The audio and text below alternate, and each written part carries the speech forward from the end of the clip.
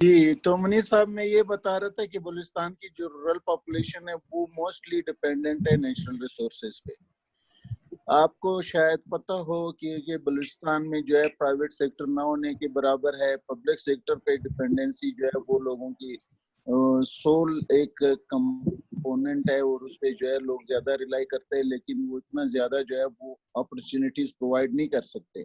یہاں پہ انڈسٹری نہ ہونے کے برابر ہے اور ہمارے جو رینج لینڈ ہے وہ مور دین 90% آف ایریا ہے. اسمال رومیننٹس بہت زیادہ جو ہے لوگ اس پہ ڈیپینڈ کرتے ہیں. تو لہٰذا پرابلم یہ ہے کہ یہ جو رورل پاپولیشن ہے وہ اس کووڈ-19 کے بعد یقیناً یہ جو پاورٹی میں انکریز آئے گا, یہ جو لوگ جاب لیس ہو گئے ہیں اس کی ساری ڈپینڈنسی ونس اگینسٹ جو ہے وہ بایو ڈائیورسٹی اور پارٹ نیشنل ریسورسز کے اوپر چلا جائے گا, اور اس کی وجہ سے یہ ایک خطرناک عمل دوبارہ شروع ہوگا کہ یہاں پہ جو ڈیگریڈیشن ہے وہ زیادہ ہو جائے گی.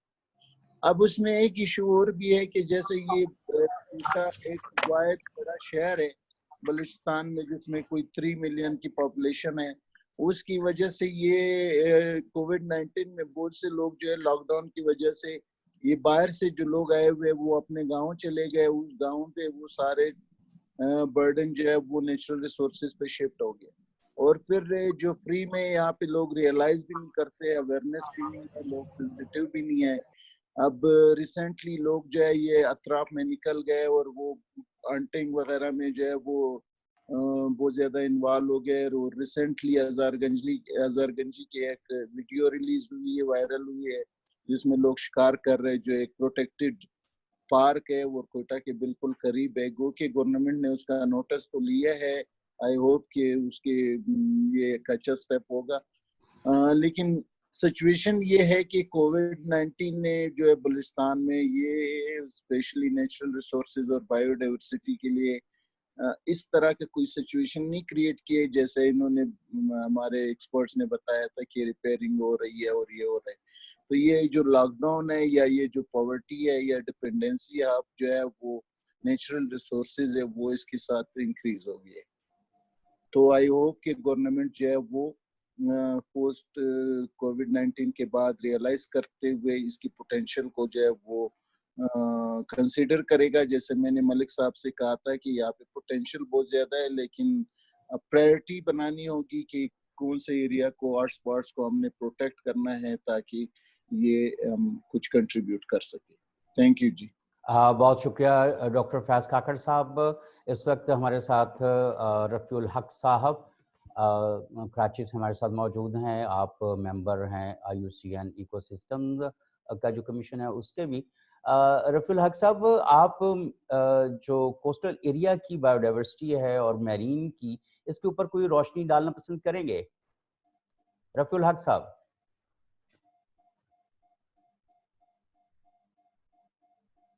مائک آن کر لیجئے. جی آن کر دیا, جی آن کر دیا میں نے. رفیع صاحب جی, رفیع الحق صاحب انمیوٹڈ. آپ آواز موقع دیا اور کچھ احباب ملک صاحب کو, شیخ صاحب کو دیکھنے کا موقع ملا. چیمہ صاحب بھی ہلکے سے نظر آئے ادھر سے اور ادھر چلے گئے. بہرحال سب کو میرا سلام.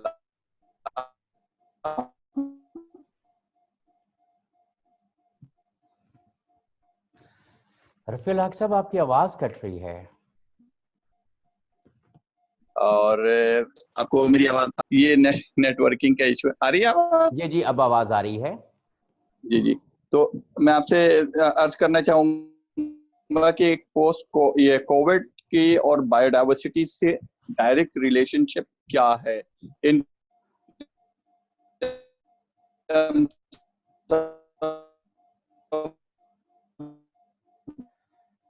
بایو ڈائیورسٹی نیچر سے بہت. جی آپ کو میری آواز آ رہی ہے؟ بہت زیادہ کٹ رہی ہے رفیع الحق صاحب. میں موسٹ ریلائبل نیٹ ورک پہ اس وقت ہوں. آپ رفیع الحق صاحب جب تک آپ تھوڑا سا نا رفیع الحق صاحب آپ اپنی جگہ تھوڑی سی اگر بدل کے دیکھیں، اور مین وائل ہم آصف شجاع خان صاحب سے بات کر لیتے ہیں. منیر صاحب میں ریکویسٹ کروں رفیع صاحب اگر اپنی ویڈیو آف کر دیں تو ان کی آڈیو کوالٹی بہتر ہو جائے گی. اگر ویڈیو کوالٹی ویڈیو بند کر دیں تو آڈیو کوالٹی بہتر ہو جائے گی. رفیع الحق صاحب ویڈیو بند کر کے اپنی مائک آن رہنے دیں. پہ جا رہا ہوں. ہاں اب بہتر ہے. اب ہاں بہتر ہے. جی. اب تو منیر صاحب بایو ڈائیورسٹی کے جو ڈائریکٹ ریلیشن شپ مجھے سمجھ میں آیا ہے، جیسے ہماری سوسائٹی میں مختلف لوگ مختلف رولز پلے کر رہے ہوتے ہیں، لائک کچھ ایڈمنسٹریٹر ہوتے ہیں، کچھ رائٹرز ہوتے ہیں، کچھ تھنکرز ہوتے ہیں وغیرہ وغیرہ. رول بہت اہم رول سے ایکو سسٹم جو ہے ایک انگیجمنٹ کیپیسٹی رکھتا ہے فار ڈیزیزز.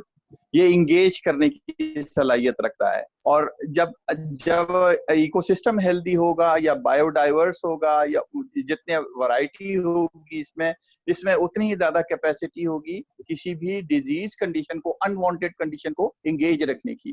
اور اگر وہ ہیلدی ہوگا تو وہ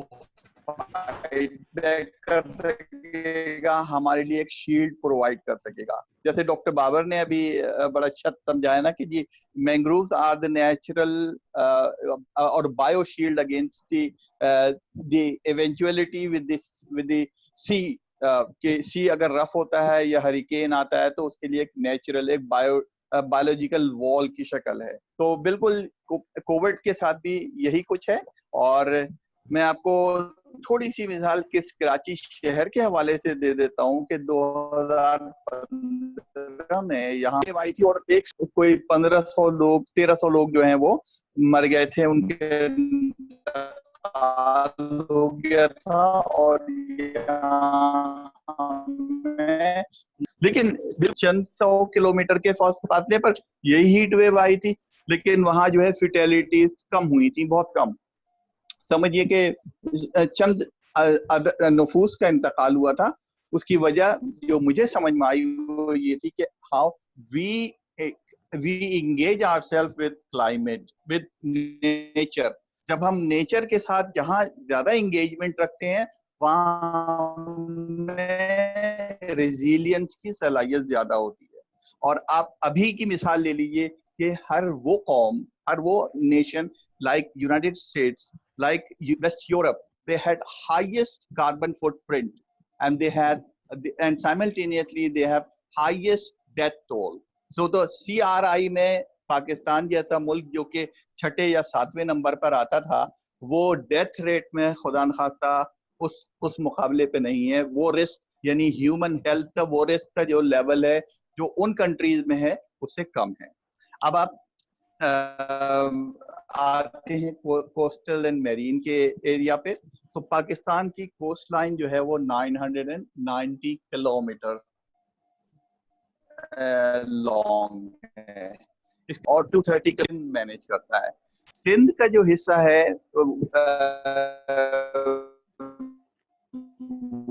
آلریڈی اس کا ایک بڑا پروڈکٹیو رول ہے. پروڈکٹیو رول یہ ہے کہ یہ ڈیلٹا کانسٹیٹیوٹ کرتا ہے. اور تھوڑا سا میں ان کو کریکٹ کروں گا کہ مینگروو ہم 7th ہائیسٹ نہیں ہیں، ہم تو کوئی 15ویں نمبر پہ آتے ہیں. زمانے بلیو می کہ we have the largest arid zone mangrove. ہمارا جو ایرڈ کلائمیٹ ہے جہاں لیس دین 90 ملی میٹر بارش ہوتی ہے اور کبھی وہ ایریٹک ہوتی ہے انڈیفائنڈ ویدر میں ہمارا، تو اس میں جو پاکستان میں جو مینگروو کا چنک ہے وہ سب سے بڑا ہے ایرڈ زون اور سیمی ایرڈ زون کا. اور اس میں 4 اقسام کے مینگروو پائے جاتے ہیں، جس میں ایک قسم جو ہے وہ پہلے جب تک میں نے پورا ڈیلٹا نہیں وزٹ کیا تھا جب تک کہتا تھا کہ 90% ہے، اب میں کہوں گا کہ وہ 70% ہے. اس کے علاوہ 3 اور اقسام کے مینگروو پائے جاتے ہیں جو کہ ڈیلٹا میں. لیکن اب آپ کہیں گے کہ یہ بھائی ڈیلٹا میں مینگروو اگے تو میرا کیا؟ تو ڈیلٹا میں مینگروو اگنے کی جو سب سے اچھی بات وہ یہ ہے کہ اس ایریا کو productive zone, biologically productive zone میں کنسیڈر کیا جاتا ہے، یعنی اس خطے کی صلاحیت کہ سن لائٹ کو بایو ماس میں کنورٹ کرنے کی جو صلاحیت ہے اور یہ ملین پیپل کی لائیولیہڈ کا ذریعہ ہے. یعنی اگر ڈیلٹا کی صحت خدا نخواستہ خراب ہوتی ہے تو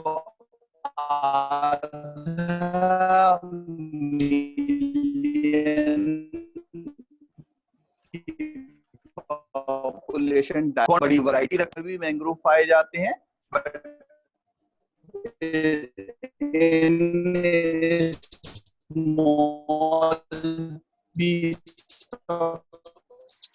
رفیع الحق صاحب، آپ کی جو آواز ہے وہ بہت زیادہ جو ہے وہ مفرد آ رہی ہے، تو میرا خیال ہے کہ ملک صاحب اسی طرح میں نے اسی لیے فکس کر دی، سگنل جو ہے وہ نہیں کر سکتا. دیکھیں اب آپ کو آواز آ رہی ہے میری صاف؟ آپ کی آواز درمیان میں خراب ہو جاتی ہے. وہ یہ انکنسسٹنٹ سگنلز کا قصور ہے. مے بی کہ 5G کے بعد یہ مسئلہ حل ہو جائے. 5G کے بعد تو اور بہت سارے مسائل کنٹینیو میں آپ کو جی جی جی جی آپ پلیز کنٹینیو کیجیے. جی جی. تو منیر صاحب تو عرض یہ ہے کہ یہاں سے اگر بلوچستان کوسٹ کو دیکھا جائے تو اس کو مقام مری کہتے ہیں. بڑی خوبصورت جگہ ہے. We have very nice sandy beaches and rocky beaches, mix of two features together. اور جو بایو ڈائیورسٹی کے حساب سے جو سب سے بڑی اچھی بات وہ یہ ہے کہ یہاں اب بڑے نایاب نسل کے کچھوے کال کرتے ہیں فار نیسٹنگ. یہ IUCN کے ہی ایک اسپیشی سروائیول کمیشن کے ایک صاحب یہاں تشریف لائے تھے، نک پلچر، اور یہ انہی کی وساطت سے دریافت ہوا تھا کہ لیدر بیک جو ٹرٹل ہے وہ یہاں بیچ پر جو ہے رپورٹ ہوا تھا، جو کہ ایک پہلی رپورٹ ہے. وہ نایاب نسل کے 6 اقسام کے جو ہے نا وہ میرین ٹرٹل ہوتے ہیں، جس میں سے 3 جو ہیں وہ پاکستانی کال کرتے ہیں. تو یہ ایک بڑی یونیک چیز ہے. اللہ نے جتنا بڑا پاکستان دیا ہے، بہت خوبصورت پاکستان دیا ہے، اور اس کی کوسٹ سے بھی زیادہ خوبصورت دی ہے. رفیع الحق صاحب، میرا خیال ہے کہ ہم یہاں پہ اس پوری کوسٹ لائن پر میں میری آواز رفیع الحق صاحب، چونکہ آپ کی آواز نہیں آ رہی، ہمیں یہاں پہ آپ کو سٹاپ کرنا پڑے گا. اور دوسری طرف آصف شجاع خان صاحب جو ہیں وہ اس وقت آن لائن ہمیں نظر آ رہے ہیں. ہم ان سے گزارش کریں گے کہ وہ اپنا مائک آن کریں اور ہمیں بتائیں کہ یہ جو EIAs ہیں، اور ہم نے دیکھا ہے کہ گلیات جی میری آواز آ رہی ہے آپ کو؟ جی جی آصف شجاع خان صاحب، آپ کی آواز آ رہی ہے اور صاف آواز آ رہی ہے، اور آپ کی ویڈیو بھی آ رہی ہے. بہت شکریہ. آپ نے بھی بتایا کہ کنیکٹیوٹی کا کچھ ایشو ہے، لیکن ہم جو آصف شجاع خان صاحب آپ سے جو جاننا چاہ رہے ہیں کہ ابھی آپ نے تمام احباب کی بات سنی، اور جیسے میں نے شروع میں ملک امین اسلم صاحب سے بھی گزارش کی تھی کہ ہمارے ہاں جو ان پلانڈ ہاؤسنگ ہے وہ گلگت بلتستان سے لے کے بڑے پہاڑوں سے لے کے آپ گلیات تک اور اسلام آباد تک آ جائیں اور مختلف شہروں میں چلے جائیں، تو جو ہماری ایگریکلچر لینڈ تھی، جو فارسٹ لینڈ تھی، جو ہماری ایک گرین کور تھا، اس کو ختم کر کے ان پلانڈ ہاؤسنگ چل رہی ہے. تو جو EIS کا ایک ٹول ہے ہمارے پاس، وہ بایو ڈائیورسٹی کنزرویشن میں کیسے ہیلپ فل ثابت ہو سکتا ہے؟ اور اس وقت جب کہ پاک EPA کی جو پاورز ہیں وہ بھی کرٹیل کر دی گئی ہیں. تو جو صوبائی EPAs ہیں ان کے رول کے اوپر آپ ان کا رول کو کیسے دیکھتے ہیں؟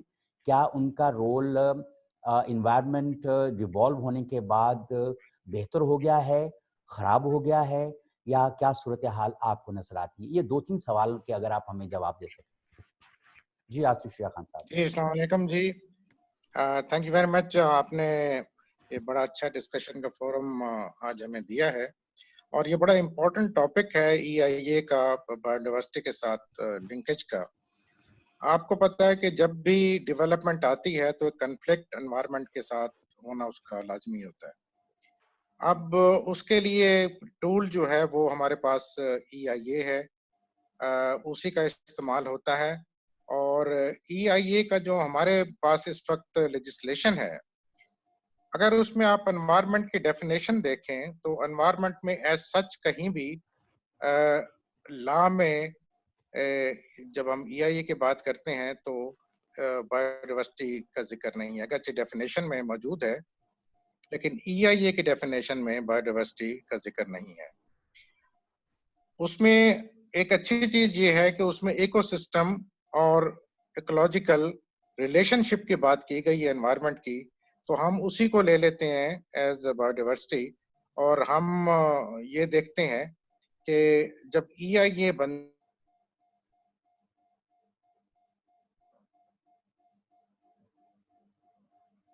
آصف شیعہ خان صاحب آپ کی آواز نہیں بنتی آ ہیں رہی. جن میں فنڈنگ ہوتی ہے ورلڈ بینک کی یا ایشین ڈیولپمنٹ بینک کی, تو اس میں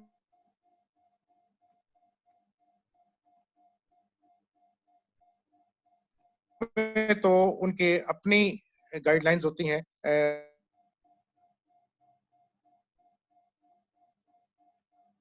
آصف شیعہ خان صاحب آپ کی آواز جو ہے وہ ڈسٹرپٹ ہو رہی ہے. گائیڈ لائنز موجود نہیں ہے. ہیلو, جی آواز آ رہی ہے میری؟ ہاں ہاں, آپ نے جو پچھلے کوئی 2-4 جملے جو آپ نے فرمائے ہیں وہ ذرا اگر آپ ریپیٹ کر سکیں, کیونکہ آپ کی آواز ہم تک نہیں پہنچی.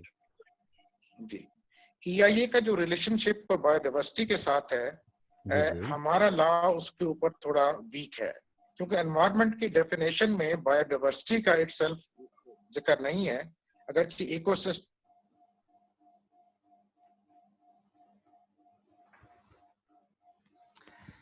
ایک میں گزارش کروں گا آصف شیعہ خان صاحب, اگر آپ جیسے ابھی گائیڈ لائنز ہیں. آصف شیعہ خان صاحب ایک میں گزارش کرنا چاہ رہا ہوں آپ سے. ابھی تھوڑی دیر پہلے عمران خالد صاحب نے فیض صاحب کو یا کسی دوسرے صاحب کو یہ گزارش کی تھی کہ اگر ویڈیو بند کر دیں تو شاید آپ کی آواز ویڈیو بند کر دیں تاکہ آپ کی آواز بہتر ہو جائے. جی میں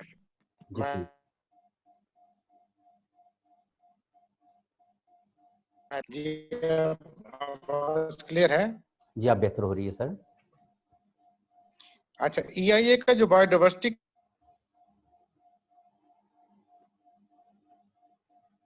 کوئی گائیڈ لائنز بنا سکی ابھی تک بایو ڈائیورسٹی کی جو پالیسیز ہیں, جو کنزرویشن پالیسیز ہیں ہماری, اور جو ہمارے اسٹریٹجیز بایو ڈائیورسٹی کے حوالے سے ہے, اس کے اوپر کوئی گائیڈ لائنز ابھی تک نہیں بنی.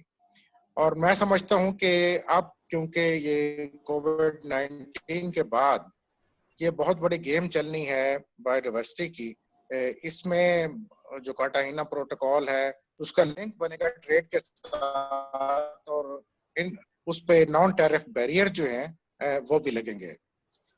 اچھا, اب EIA تو ایک ٹول ہے اس کا بایو ڈائیورسٹی کے لیے, اس کے ساتھ ساتھ ایک اسٹریٹجک انوائرمنٹل اسسمنٹ ہے جو کہ پالیسیز, پلانز اور ان چیزوں کو جو بایو ڈائیورسٹی سے ریلیٹڈ ہیں اس کا بھی رول لاتا ہے. اب جو ریکوائرمنٹ بایو ڈائیورسٹی کنونشن میں ہے کہ EIA جو ہے اس میں سوشو اکنامک کنڈیشن دیکھی جائیں کے اسپیکٹ سے.